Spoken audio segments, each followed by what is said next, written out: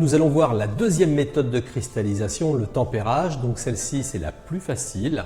C'est celle qui va être faite avec le beurre de cacao mi-cryo. Vous avez deux exemples de beurre de cacao mi-cryo, c'est-à-dire celui-ci qui est prévu, c'est vrai, beaucoup plus pour la cuisine, mais vous pouvez le retrouver bien sûr chez l'ensemble de vos revendeurs. Et puis celui-ci qui est normalement prévu pour faire la chocolaterie. Donc de toute façon, que ça soit l'un ou l'autre, ça fonctionne, c'est le même produit, c'est uniquement les packaging qui diffèrent. Donc là, c'est très simple.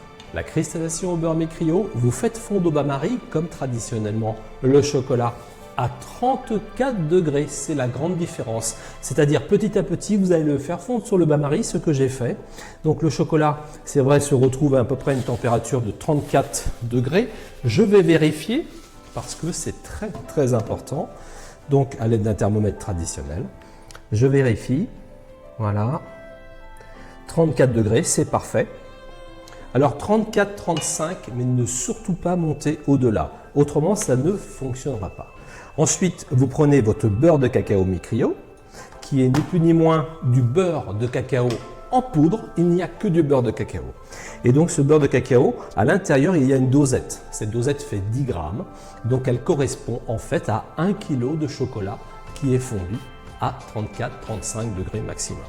Donc je prends une dosette, comme là, et je rajoute petit à petit le beurre de cacao sur la surface du chocolat qui est à une température de 34 degrés, 34-35. Et je remue de façon à ce que le beurre de cacao en poudre rentre à l'intérieur et ensuite cette poudre va tout simplement en fait matérialiser la cristallisation. La cristallisation, le tablage, ce que l'on fait en temps normal sur le marbre. Donc là, je remue. Et puis quand le chocolat sera à 31 degrés Celsius, je pourrai utiliser sans aucun problème ce chocolat au même titre que si je l'avais tablé traditionnellement. Si vous utilisez du chocolat blanc ou du chocolat au lait, c'est pareil. Vous faites fondre à 34 degrés, vous rajoutez 1%. La seule différence par rapport au noir qui s'utilise à 31 degrés, c'est que vous allez l'utiliser à 28 degrés. Et là, vous pourrez réaliser l'ensemble de vos fabrications à base de chocolat.